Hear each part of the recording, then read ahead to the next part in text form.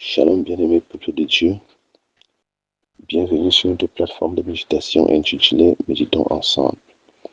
En ce mercredi 20 mai 2026, l'Éternel nous envoie méditer dans le livre de Job, chapitre 42, verset 2. Nous prions.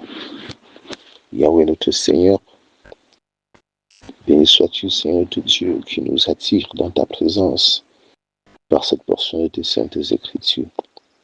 Je te prie Père éternel de répandre ton esprit de compréhension et ton esprit de foi sur toute personne sous le son de ma voix à travers cette méditation, afin, éternel notre Dieu, de lui donner de comprendre, Seigneur notre Dieu, qu'il n'a rien, qu'il n'est rien, si ce n'est toi qui donnes ou fais de lui ce qu'il est.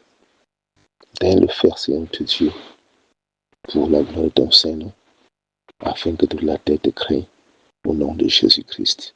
Amen. Je lis pour nous dans Job, chapitre 42, verset 2. Je reconnais que tu peux tout et que rien ne s'oppose à tes pensées. Amen. Bien-aimés, quand nous lisons ce verset, nous nous rendons compte que c'est la prière d'une personne qui passe des moments difficiles.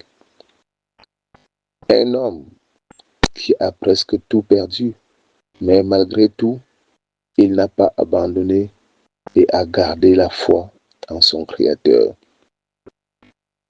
Cet homme, c'est Job, qui du jour au lendemain a tout perdu et se retrouve sans rien. Plus d'enfants, plus de serviteurs, plus de richesses, et j'en passe. Tout s'est envolé. Même dans la maladie, ses amis et sa femme ont demandé qu'il laisse son Dieu. Il a dit non. Et si tu étais à sa place, qu'allais-tu faire, bien-aimé? Par ce message, le Seigneur nous demande de tenir bon, d'être fort dans des moments de douleur, parce que les jours sombres vont arriver, parce que les moments difficiles semblables à ceux de Job, ou peut-être plus pire même encore que lui, vont vous arriver. Nous devons tenir bon, résister, faire face au bravoure et se remettre à Dieu comme Job. Nous voyons également le roi David avec l'attitude qu'il a adoptée quand il a perdu son premier fils, ou encore lorsqu'il a été chassé de son propre palais par son fils Absalom. Dans la douleur, ce que nous avons à faire, c'est toujours de se retourner au Seigneur, même si on ne comprend rien de la situation, et lui faire confiance, car lui seul a le dernier mot. D'un l'Éternel béni en chacun de nous l'écoute de sa parole de ce jour, au nom de Jésus-Christ. Bien-aimé, je ne sais pas par quoi tu traverses, toi qui m'écoutes maintenant, mais le Seigneur te dit, c'est une question de temps. Je connais ce par quoi tu passes.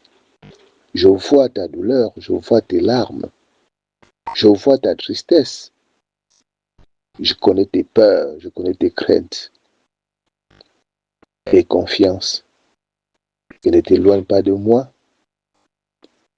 car je suis celui qui peut tout et fait toutes choses en son temps. Sois confiant et aie le regard focalisé sur moi et accomplis fidèlement la tâche pour laquelle je t'ai appelé mon enfant.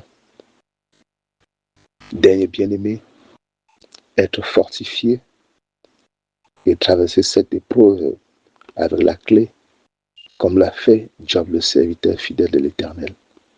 Qu'il t'en soit ainsi donné par la grâce de Dieu, par Jésus-Christ notre Seigneur. Amen.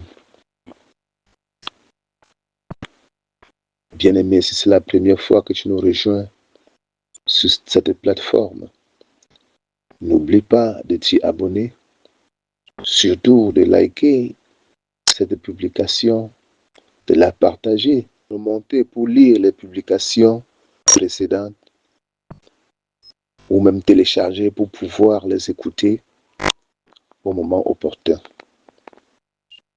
Sur ce, nous disons à demain pour une nouvelle publication par la grâce de Dieu, au nom de Jésus-Christ.